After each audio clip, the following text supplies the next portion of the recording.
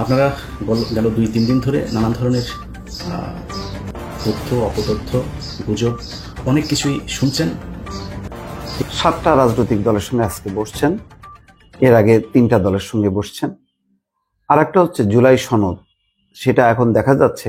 আসসালামু আলাইকুম ভিউয়ার্স, দেশ ও দেশের বাহির থেকে যারা আমার ভিডিওটি প্লে করেছেন জানাচ্ছি আন্তরিক শুভেচ্ছা অভিনন্দন। আশা করি সবাই ভালো আছেন, সুস্থ আছেন, আলহামদুলিল্লাহ। তো ভিউয়ার্স, শেখ হাসিনার লালিত পালিত সেনাপ্রধান জেনারেল ওয়াকারুজ্জামান চীন সফর শেষে বাংলাদেশে এসেই রাষ্ট্রপতি শাহাবুদ্দিন চুপ্পু, প্রধান উপদেষ্টা ও প্রধান বিচারপতির সঙ্গে তিনি বৈঠক করেছেন শুধুমাত্র বাংলাদেশে জরুরি অবস্থা জারি করার একটি প্রসঙ্গ নিয়ে। কিন্তু সোশ্যাল মিডিয়াতে এ বিষয়ে ব্যাপক কোনো তথ্য না আসলেও আজ সেটা ব্যাপকভাবে ফানাস হয়ে গেছেন প্রমাণ সহ। আসুন আমরা জানবো আগামী নির্বাচন ও বাংলাদেশের পরিস্থিতি কি সেনা শাসনের আওতায় যাচ্ছে, কি বলতেছে ডক্টর ইউনূস, বিস্তারিত আপডেট রিপোর্টে। সো ভিডিওতে যাওয়ার আগে ছোট রিকোয়েস্ট করবো, যারা চ্যানেলটি সাবস্ক্রাইব করেননি সকল আপডেট সবার আগে জানতে অবশ্যই চ্যানেলটি সাবস্ক্রাইব করে পাশে রাখবেন। দর্শক আসুন স্ক্রিনে। আপনারা গেল 2-3 দিন ধরে নানান ধরনের তথ্য, অপতথ্য, গুজব অনেক কিছুই শুনছেন। এসব শোনাশুনির ভেতরে আপনাদের অনেকের অনেক ধরনের মন্তব্য আসতে পারে যে আসলেই সেনাবাহিনী কি চাচ্ছে, সেনাবাহিনী কি আসলেই ক্ষমতা নিতে চাচ্ছে কিনা। দেখেন, প্রথম কথা হচ্ছে যে সেনাবাহিনী 5 তারিখে কোন পরিস্থিতিতে শেখ হাসিনাকে যেতে, আপনারা এর আগে শুনেছেন বুকে পাথর চাপা দিয়ে সেনাপ্রধান তার এটা করতে হয়েছে 5 তারিখের ঘটনাগুলো, এটা কিন্তু বাস্তব কথা। মানে সিম্পল একটা জিনিস শুনেন, ধরেন একজন পুলিশের কনস্টেবল নিয়োগ করতে গিয়ে, আপনারা বাংলাদেশে আছেন, আমার চাইতে আপনারা অনেক ভালো জানেন এগুলো, আমরা তো আপনাদের কাছ থেকে শুনেই কথাবার্তা বলি। আমি নিজে তো আর এখানে আমার এমন কোনো সোর্স নাই যেটা দিয়ে আমি উড়ে গিয়ে তারপরে গিয়ে জেনে আসি। আপনারা জানেন যে একটা পুলিশের কনস্টেবলের চাকরি নিতে গেলে আপনার কি পরিমাণে করতে হয়, মানে সরকারি যেসব গোয়েন্দা সংস্থা এই যে ভেরিফিকেশনের কাজটা যে চলে, আপনার পরিবারের ভেতরে মানে বাবা মা ভাই বোন না, এর বাইরেও 14 গোষ্ঠীর ভেতরে জামাত বিএনপির কোনো লোকজন আছে কিনা সেটা যাচাই বাছাই করে তারপরে আপনাকে চাকরিতে নেওয়া হতো। এটা সত্য কি মিথ্যা আপনি নিজেকে জিজ্ঞেস করেন। যদি তাই হয়, শেখ হাসিনার চোখের সামনে সেনাপ্রধান ওয়াকার, মানে শেখ হাসিনার পছন্দগুলো কি আপনি বলেন? শেখ হাসিনার পছন্দ হচ্ছে ওই নিজাম হাজারি, শেখ হাসিনার পছন্দ হচ্ছে এই শামীম ওসমান, শেখ হাসিনার পছন্দ ওই যে কুমিল্লার বাহার, যত মানে জাউরার যত শ্রেষ্ঠ মানে প্রো ম্যাক্সের একদম সর্বশেষ ভাষণ যেটা আছে, সব শেষ ভাষণ হচ্ছে শেখ হাসিনার পছন্দ। এর আশপাশে কোনোদিন ভালো মানুষের কোথাও এই জায়গা দেয় না। তো এর মধ্যে একটা জাউরা এই যে ওয়াকারের মতো একজনকে এখানে বসাবে, আপনার মনে হয় সেনা প্রধান এ যে কোনো সময় চাইলেই সরকার পতন ঘটাইতে পারে, আমাদের সাবকন্টিনেন্টের প্রেক্ষাপটে যদি চিন্তা করা যায়। তাকে যাচাই বাছাই না করে শেখ হাসিনা ভুল করেছে সেনাপ্রধানকে বসিয়ে, এটা মনে করার কোনো কারণ নাই। মানে গোয়েন্দা সংস্থা না, খালি শেখ হাসিনা যদি ভুল করেও ভারত তো ভুল করবে না। শেখ হাসিনার এই ধরনের পদগুলো, এই পদায়ন কারা করতো? ভারত থেকে করতো। এমপি মন্ত্রী কে কোথায় বসবে গুরুত্বপূর্ণ জায়গায়, পুলিশের বিভিন্ন শাখায়, সব ভারতের দেয়া। তো ভারত তার ব্যাপারে জানে না, না জেনেই তাকে এখানে বসিয়েছে। ওয়াকার মনে প্রাণে একজন আওয়ামী প্রেমী, যেটা সে আগে বলেছে, বুকে পাথর চাপা দিয়ে তারপরে তিনি 5 তারিখের এগুলো করেছেন, ওইটাই হচ্ছে বাস্তবতা। তো এই ব্যক্তির যদি আপনি কোনো চিন্তা ভাবনা ধারণা সব বাদ দিয়ে আপনি নিজে থেকে মানে একদম সায়েন্সের মতো যদি তাকে করতে চান, ল্যাবরেটরিতে যদি টেস্ট করতে চান, ল্যাবরেটরি টেস্টে আপনাকে প্রথম করতে হবে, এই যে হাসিনা 9 মাস ধরে অনেক বক্তব্য দেখেছেন, এ কিন্তু এর মানে মুখ কিন্তু যথেষ্ট মানে কি বলবো, যে ও কথা না বললে পারবো, কথাই কিন্তু এই যে এই পতন টতন যা কিছু হলো সব কিন্তু এর কথাই। এর মুখ থেকে গেল 9 মাসে আপনি আজ পর্যন্ত শুনেছেন ওয়াকার সম্পর্কে কোনো খারাপ কথা, ওয়াকারের বিরুদ্ধে কোনো অভিযোগ? গত 3 বছর ধরে ইউনূসকে নিয়ে শেখ হাসিনার এত কথা কেন, এত শত্রুতা কেন? কারণ হাসিনা জানতো যে ইউনূস কিছু একটা ভেতরে ভেতরে করছেন, বা পশ্চিমাদের যেই চিন্তা ভাবনা সেটা তিনি জানতেন, এটা জেনেই কিন্তু তিনি এগুলো করেছেন। অতএব হাসিনার মুখ থেকে বের হয়ে যায়। আমি অনেক আগে একটা ভিডিওতে বলেছিলাম যে হাসিনার সামনে কি করবে, কি ঘটছে ভেতরে, এটা হাসিনার মুখ দিয়ে বের হয়ে যায়। হাসিনা এটা চুপ করে মুখে রাখতে পারে না। তো এতদিন ধরে ওয়াকারের বিরুদ্ধে হাসিনার কোনো অভিযোগ নাই, এর কারণ কি? আমি এর আগে আরেক ভিডিওতে বলেছিলাম যে শেখ হাসিনার সাথে ওয়াকারের ওয়াইফের ফোন দিয়ে সার্বক্ষণিক যোগাযোগ হয়, ওয়াকারের স্ত্রীর সাথে তার প্রতিদিন কয়েকবার কথা হয়, তারপরে ওয়াকারের সাথেও কথা হয়। তো এগুলোর যদি নাকি আপনি ওই যেটা বললাম ল্যাবরেটরিতে যদি নাকি আপনি টেস্ট করতে যান, আপনি দেখেন আওয়ামী লীগ যা যা চায় ওয়াকার তা ঠিকঠাক মতো করছে কিনা। 5 তারিখে শেখ হাসিনাকে ওয়াকারের প্রথম কাজ কি ছিল?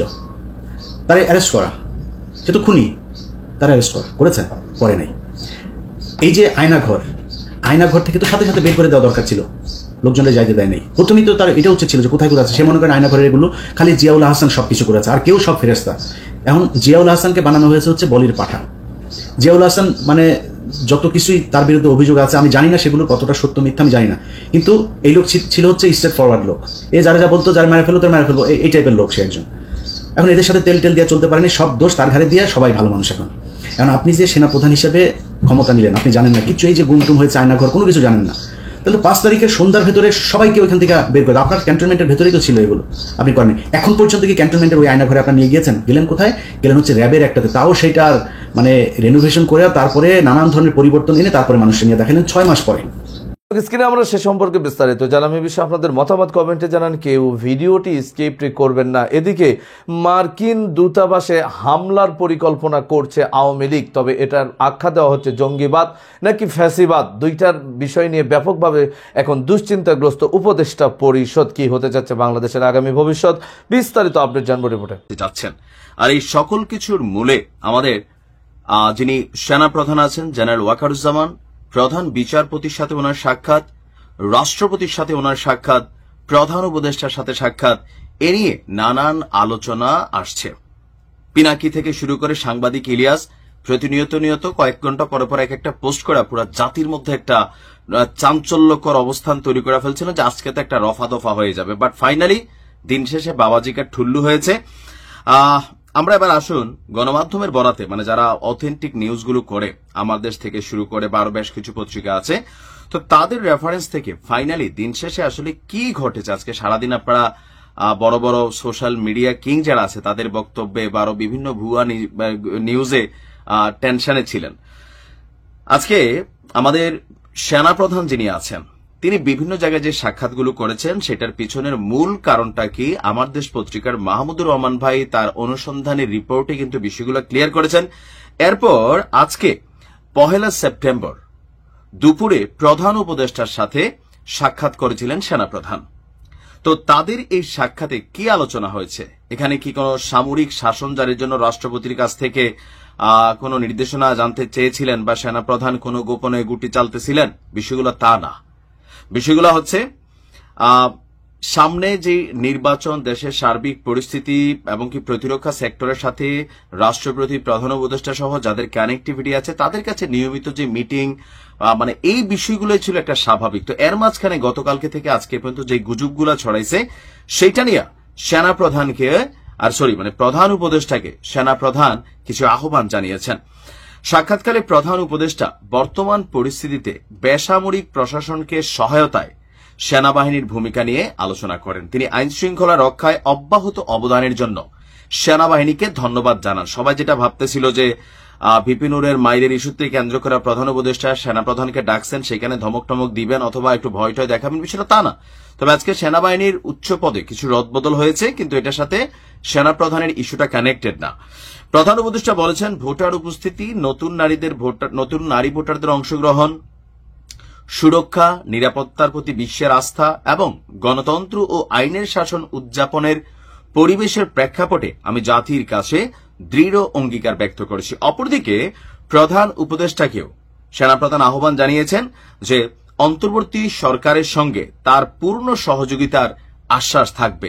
এ সময় চারদিকে ছড়িয়ে পড়া গুজবকে এগুলোতে যেন প্রধান উপদেষ্টা কান না দেন তার প্রতি তিনি আহ্বান জানান।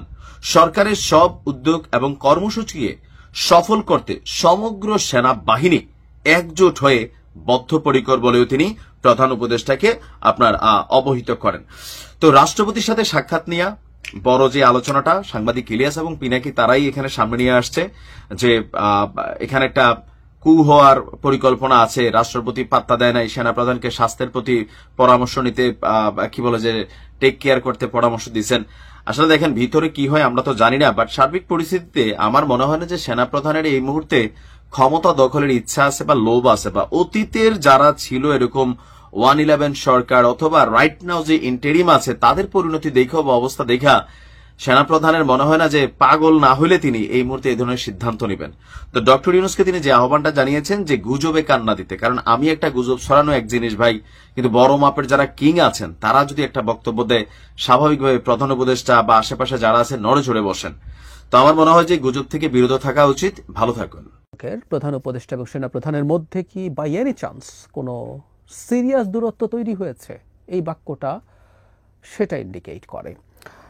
অফিসিয়াল যে স্টেটমেন্ট দেওয়া হয়েছে প্রধান উপদেষ্টা ফেসবুক পেজে, সেখানে এখানে বলা হচ্ছে যে প্রধান উপদেষ্টা সেনা প্রধানকে ধন্যবাদ দিয়েছেন তার বাহিনী যেভাবে দায়িত্ব পালন করছে আইন শৃঙ্খলা রক্ষার ক্ষেত্রে। তারপর তিনি খুব গুরুত্ব দিয়েছেন সেটা হচ্ছে একটা খুব ভালো কমান্ড স্ট্রাকচার এবং একটা ভালো সমন্বয় তৈরি করার জন্য, যাতে সামনে যে ইলেকশন আছে সেই ইলেকশনটায় তারা ঠিকঠাক মতো কাজ করতে পারে। তারপর তিনি যে প্রতিশ্রুতি দিয়েছেন সেটার কথা উল্লেখ করেন যে কোনো বিবেচনায় voter turn out, participation of new and women voters, global confidence in safety and security, and its atmosphere as a celebration of democracy and rule of law. মানে in all the parameters তিনি বলছেন যে এটা একটা চমৎকার নির্বাচন তিনি করতে চান, প্রধান উপদেষ্টা বারবার বলেছেন, খুবই চমৎকার।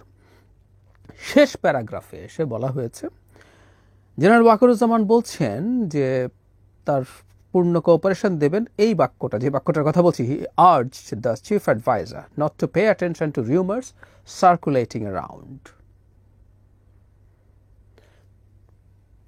মিলিটারি চিফ অ্যাডভাইজারকে বলছেন not to pay attention to rumours circulating around, চারপাশে যেসব গুজব চলছে সেগুলোর প্রতি অ্যাটেনশন না দিতে। তারপর শেষে বলছে যে সরকারের সব রকম কাজে সেনাবাহিনী, সরকারকে সফল করার জন্য সেনাবাহিনী সব রকম সাহায্য করবে এবং সেটার জন্য তারা কমিটেড, তারা প্রতিশ্রুতিবদ্ধ। এই যে বাক্যটা, যে স্বয়ং প্রধান উপদেষ্টাকে বলছেন গুজবে কান না দেওয়ার জন্য, আমি এভাবে বলি, এই ধরনের কথা যদি হয়েও থাকে, এই স্টেটমেন্টে এই বাক্যটা উল্লেখ করা হয়েছে, এটাও খুব ইম্পর্টেন্ট। মানে প্রধান উপদেষ্টার, এটা তো তিনি নিজে লেখেন না, আর আমি এটাও নিশ্চিত নই প্রতিটা স্টেটমেন্ট লিখে তাকে দেখানো হয় কিনা, তিনি অ্যাপ্রুভ করেন কিনা। সো এই যে বাক্যটা এখানে আসলো, এটা প্রধান উপদেষ্টার অ্যাপ্রুভড বাক্য কিনা আমি নিশ্চিত নই, কিন্তু এটা এসছে। সো অফিসিয়ালি আমরা বলছি প্রধান উপদেষ্টা এই ধরনের একটা বক্তব্য, একটা বাক্য আমাদেরকেও জানাতে চেয়েছেন, কারণ এটা পাবলিক করা হয়েছে এবং যেহেতু সেখান থেকে লেখাই হয়েছে, এটা অবশ্যই বলাও হয়েছে। আবারও বলছি, বলা হয়েছে, কিন্তু এই বাক্যটা এখানে নাও থাকতে পারত। তাহলে আমরা এখন এই আলাপটা আনতেই হবে। স্ক্রিনে আমরা সে সম্পর্কে বিস্তারিত জানলাম। সো ভিডিও এই পর্যন্ত, ভালো লাগলে লাইক এন্ড কমেন্ট করবেন। দেশের সকল আপডেট সবার আগে জানতে অবশ্যই চ্যানেলটি সাবস্ক্রাইব করে পাশে রাখবেন। দেখা হবে পরবর্তী ভিডিওতে ইনশাআল্লাহ। আসসালামু আলাইকুম ওয়া রাহমাতুল্লাহ।